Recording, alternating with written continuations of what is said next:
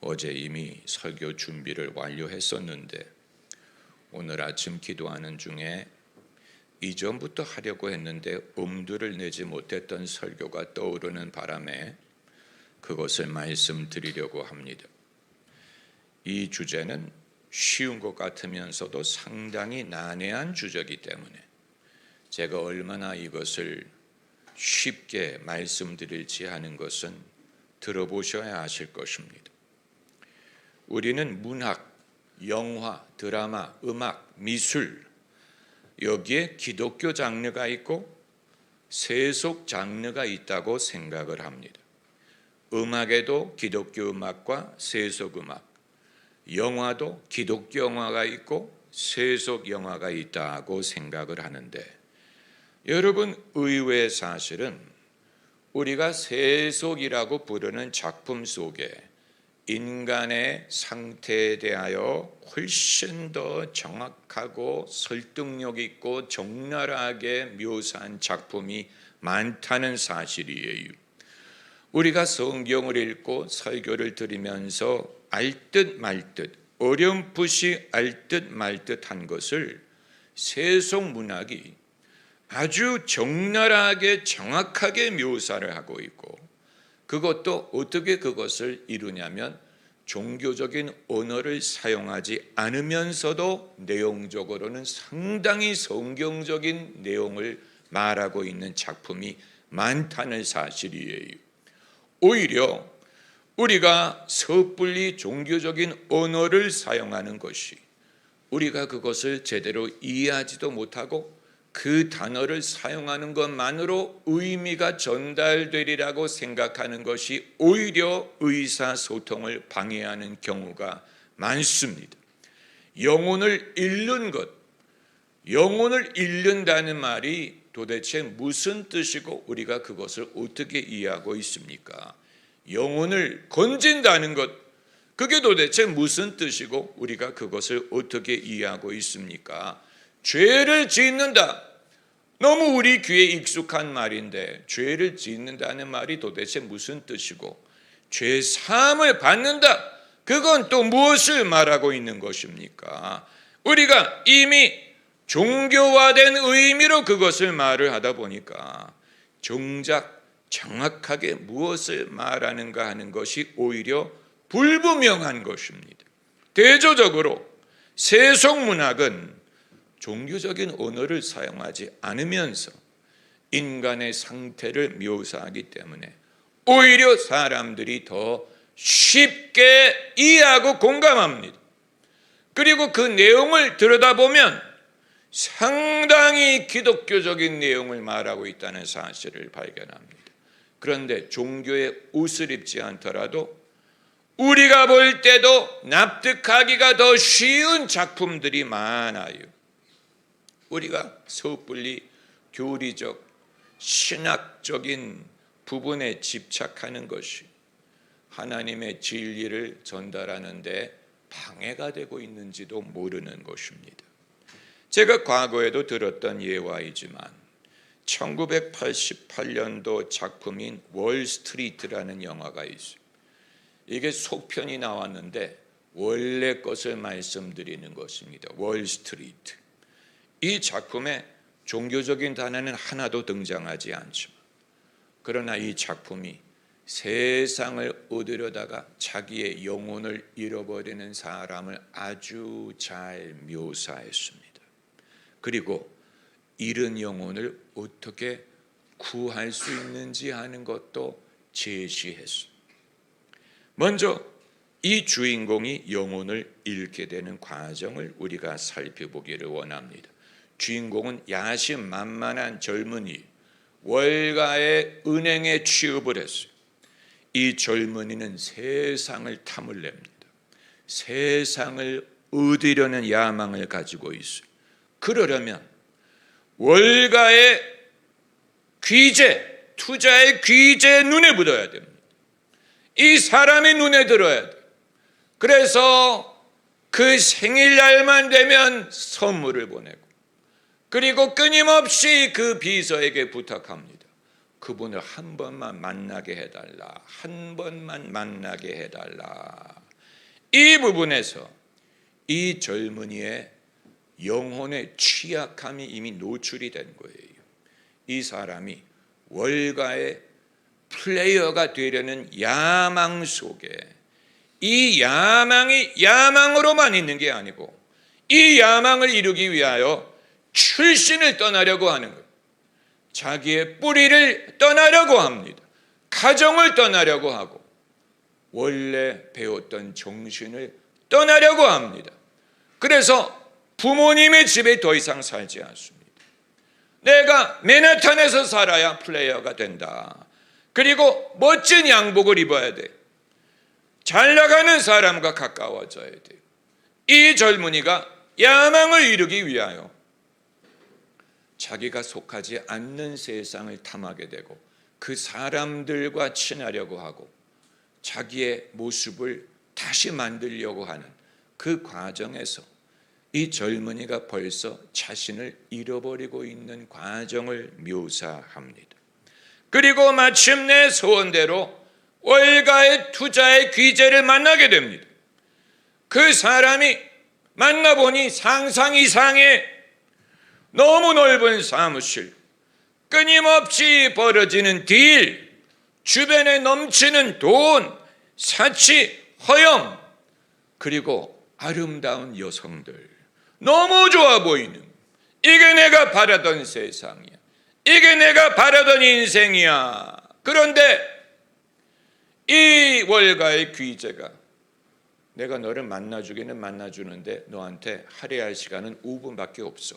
5분 동안에 네가 하고 싶은 말을 해.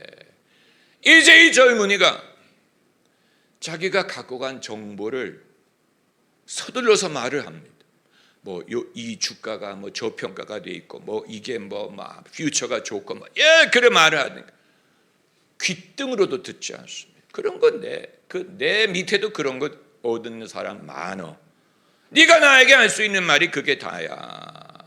이 순간에 이 젊은이는 자기가 넘어서는 안 되는 선을 넘어갑니다. 내부자 정보를 공유합니다. 그건 불법이에요. 내부자 정보로 투자하는 것은 불법입니다. 그것도 자기 아버지에게 얻은 정보예요. 아버지가 노조위원장으로 있는 항공사가 정부의 허가가 갓 떨어졌다. 그런데 아직 발표하지 않았어요. 내부자 정보예요. 아버지가 알려준 거예요. 그런 일이 있었다. 그런데 이 아들이 월가의 귀재를 안심을 시켜야 되는, 그 마음에 들어야 되는데 방법이 없다 보니까 이제 자기의 야망을 얻을 수 있는 절호의 찬스에 넘어서는 안 되는 선을 넘어갑니다. 그래서 이런 항공사가 허가가 떨어졌는데 아직 발표하지 않았습니다. 그거 네가 어떻게 아는데? 저희 아버님이 노조위원장으로 일하십니다. 그래서 이 월가의 귀재가 그 항공사의 주식을 사라고 명령하고 엄청난 이익을 얻어요. 그리고 떡고물이 주인공한테도 떨어집니다. 그게 계기가 돼서 이 주인공은 점점 자기가 바라던 세상에 들어갑니다. 비싼 양복을 사 입고 고급 아파트에 살고 모델 여자친구가 생겨요. 고급 리조트에 휴가를 갑니다. 그런데 그의 삶에 양심의 역할을 하는 인물이 그 아버지. 그 아버지가 보니까 아들이 점점 달라지는 거예요. 이건 내 아들이 아닌데, 내가 알던 아들은 이런 아들이 아니었는데 볼 때마다 달라지는 모습을 발견하는 거예요. 말하는 습관, 말의 내용, 사는 방법, 주변에 모이는 사람, 환경, 모든 것이 달라진 거예요. 그 아버지의 눈에는 자기가 알던 아들이 아니에요. 내가 모르는 사람으로 변하고 있어요. 여러분, 이것이 사람이 세상을 얻으려다가 자기를 잃어버리는 과정, 이걸 얼마나 잘 묘사했는지 알 수 없어요. 우리가 종교 언어로 포장하다 보니까 이것을 말하지도 못하고 깨닫지도 못하는데, 오히려 세속 작품에서는 아버지가 가르치던 가치관에서 멀어지고 이제는 한 번 선을 넘다 보니까 이제는 선을 넘는 것을 막을 길이 없는 거예요. 너 한 번 넘었잖아. 이미 불법을 저질렀잖아. 그래서 혜택을 입었잖아. 그게 너무 좋잖아. 그걸 이제 와서 잃을 수 없잖아. 이제는 선을 넘는 것을 밥을 먹듯 하게 되는 것입니다. 그래서 자기 자신을 알아보지 못하는 상황으로 변화합니다. 이게 내 모습이 맞을까? 자신을 잃어가는, 누가복음이 그것을 잘 말하고 있어요. 우리는 이 구절을 마태복음 9절이 귀에 익숙합니다. 사람이 온 세상을 얻고도 자기 목숨을 잃으면 무엇이 유익하리요? 그런데 누가복음에서는 온 천하를 얻고도 자기를 잃든지 빼앗기든지 하면 영혼을 잃는다는 말은 자기를 잃어버린다는, 빼앗긴다는 말이에요. 누가 빼앗아 갑니까? 내가 허락한 거예요. 내가 애초에 허락을 했는데 뺏어가기 시작하니까 이제는 사정이 없이 뺏어가는 거예요. 그런데 이 작품이 사람이 영혼을 잃어버리는 과정을 묘사했고 그것을 되찾는 것도 묘사했다고 말씀드렸죠. 어떻게 되찾느냐? 이 영화 스토리에 결국 이 젊은이가 꼬리가 밟힙니다. 그래서 증권거래법 위반으로 체포가 돼. 그것도 직장에서. 어느 날 아침에 직장에 출근을 했는데 사람들이 전부 다 눈을 피하는 거예요. 인사를 해도 받지를 않는 거예요. 이상하다. 그래가지고 자기 자리까지 갔는데 경찰관이 기다리고 있어요. 그리고 아무개시 증권거래 위반으로 체포합니다. 이 젊은이가 울면서 끌려나갑니다. 꼬리가 잡힌 거예요. 그런데 그것만 보면 세상이 끝난 것 같아. 인생이 끝난 것 같아. 이제는 끝이야. 그런데 그 아버지가 이 젊은이에게 뭐라고 말하냐면 이게 도리어 너에게는 잘된 일이다 라고. 이게 도리어 잘된 일이다. 만약에 이렇게 되지 않았으면 너는 더 크게 타락했을 것이다. 그래서 아들에게 네 죄를 솔직하게 인정을 해. 죄값을 치러. 그리고 네가 나오면 아버지가 너 취직하게 해줄게. 그래서 이 젊은이가 자기의 주인 역할을 하던 그 월가의 귀재가 자기의 신이 된 거예요. 우상이 된 거예요. 자기의 하나님이 된 거예요. 그 귀재가 자기의 하나님이었어요. 그런데 수사관과 협조를 하는 과정에서 그 귀재가 저지르는 모든 비리를 말을 하고 그리고 자기가 재판을 받기 위해 법원에 계단으로 올라가는 장면으로 영화가 끝납니다. 여러분 한번 보세요. 실감나게 묘사하지 않았습니까? 30년을 생각한 것입니다. 30년 전에 본 영화인데 두고두고 생각을 해도 정말 맞아. 사람이 세상을 얻으려다가 천하를 얻으려다가 자기를 잃어버리는 게 저런 걸 거야. 여러분 이게 실감이 가는 이유는 우리도 그 근처에 가봤기 때문에. 여러분도 그 근처에 가봤을 거예요. 그리고 그게 얼마나 무서운지를 느껴보셨어요. 이게 남의 얘기가 아니에요. 이렇게만 말하면 재미있는 영화죠. 그러나 주목할 사실은 기독교인이든 비기독교인이든 종교가 있든 없든 이 영화를 재밌어 한다는 사실이고 내용에 수긍하더라는, 그게 놀라운 거예요. 수긍하더라는, 사람들이 그 영화를 보면서 끄덕거려 이해를 해. 이게 옳은 얘기지, 맞는 얘기야. 수긍을 해. 여러분 종교에 없이 말을 하더라도, 종교에 언어에 옷이 없이 말을 하더라도 예수님의 정신을 말할 수 있다는 사실을 보여줘. 사람들이 거부감을 갖는 이유는 그 내용을 보기 전에 종교의 옷으로 덮어씌우기 때문에, 듣기도 전에 사람들이 저건 교회 다니는 얘기 아니야, 교회 오라는 얘기 아니야, 이런 식으로 생각을 하는데, 그 옷을 벗기고 그 내용을 말을 하면 모든 사람이 수긍할 수 있는 일, 맞는 말을 하는 것. 그리고 다 겪어본 일이, 나도 그 근처에 가봤는데 저 젊은이의 입장이 이해가 돼. 나도 저 젊은이의 입장에 있었다면 그렇게 했을 거야. 나도 선을 넘었을 거야. 나도 내 영혼을 팔았을 거야. 그 월가의 귀재가 마귀와 같은 존재, 나에게 엎드려 절하면 내가 세상의 영광을 줄게. 그래서 그 젊은이가 엎드려 절한 거예요, 세상을 얻기 위해서.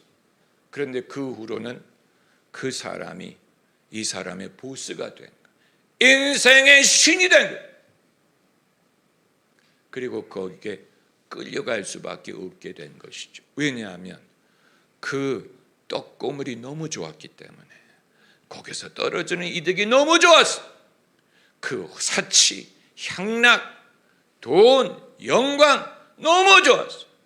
그렇기 때문에 이게 결국이 어떻게 될 줄 알면서도 되돌릴 수가 없었던 것입니다. 그런데 이제 그건 영화고, 사람의 삶이 문학 작품과 다른 것이 있습니다.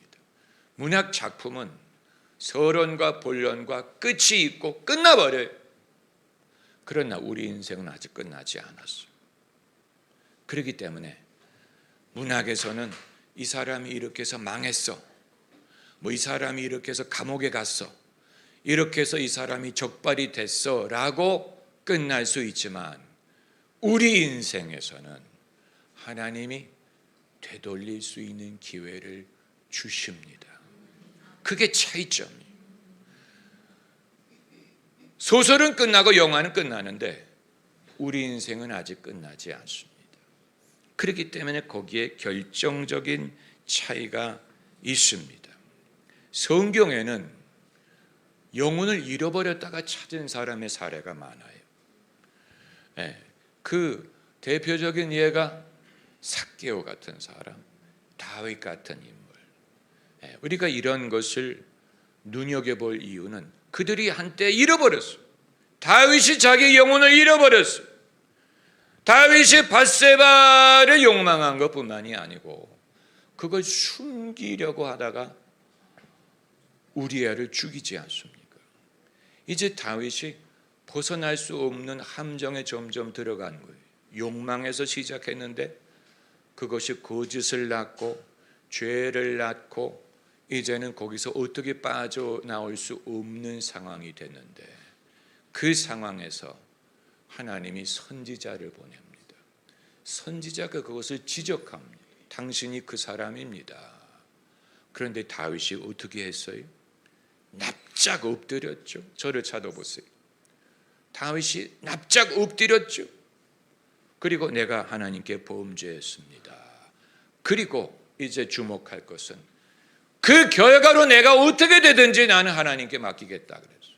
내가 결과로 나라를 잃어버리든 왕의 자리를 잃어버리든 아들이 반란을 일으키든 내가 백성 앞에 부끄러움을 당하든 이 대가를 내가 지불하겠다.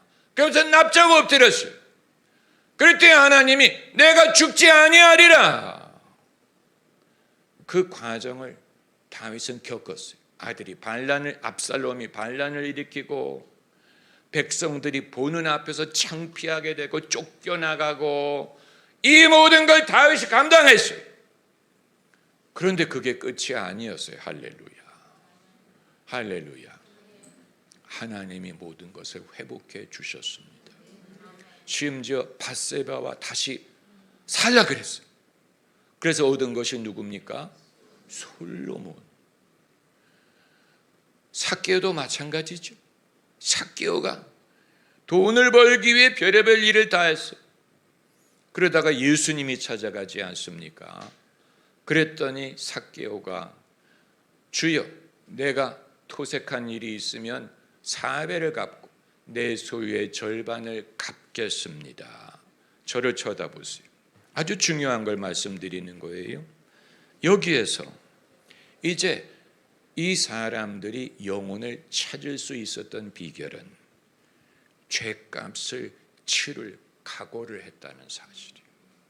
여러분, 우리가 값싼 은혜와 회개를 가르치다 보면 나는 회개는 하는데 그 죄값은 지불하지 않겠다, 이렇게 한다면 그건 진짜 회개가 아니에요. 그 영화에서 그 월스트리트에 나오는 주인공이 죄값을 치르잖아. 그래서 재판장으로 걸어 올라가는 장면으로 영화가 끝나는데 그것이 암시하는 것은 나왔을 것이다. 이후에 나오는 날이 왔을 것이다. 다시 인생을 시작할 수 있었을 것이다. 그리고 이전과는 다른 삶을 하나님이 가능하게 했을 것이다. 할렐루야. 영화는 말하고 않지만 그걸 보는 사람은 당연하게 그것을 알고 있지 않습니까? 다윗도 마찬가지죠. 다윗이 인정하고 내가 죄를 지었다 인정하고 창피함을 어떻게 했어요?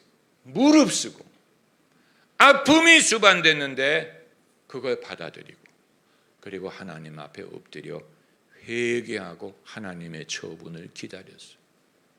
그게 다윗의 회개였어요. 그 과정을 통해 다윗은 잃어버릴 뻔한 자기의 영혼을 찾은 거예요. 자기 자신을 찾은 거예요. 영혼 구원이라는 것이 이런 것을 말하는 것입니다. 그러면 어떤 분은 이런 질문을 하실 거예요. 알겠는데요, 예수님의 역할은 어디 있습니까? 이런 질문을 하시고, 월스트리트에서 예수님 안 등장하잖아요. 예수님의 역할은 어디 있어요? 예수님 없이도 사람이 영혼을 구원받을 수 있다는 말씀하시는 것 아닙니까? 아주 중요한 질문이. 아니, 이 스토리의 바탕에는 예수님이 계십니다. 예수님의 정신이 아니면 이런 스토리를 만들 수 없습니다. 여기에 깔려있는 것이 예수님의 가르침.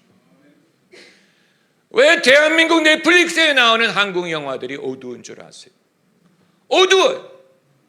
어둡게 시작해서 어둡게 끝나요. 어두운 인물만 등장합니다. 그 이유는 예수님을 모르는 사람들이 만들었기 때문에. 그렇기 때문에 거기에 아무 빛이 안 보이는 거예요.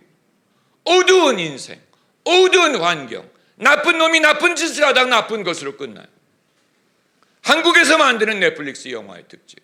예수님을 모르는 사람들이 PD고 작가고 예수님이 모르는 사람이 연기를 했기 때문에 거기는 예수님을 모르는 거예요.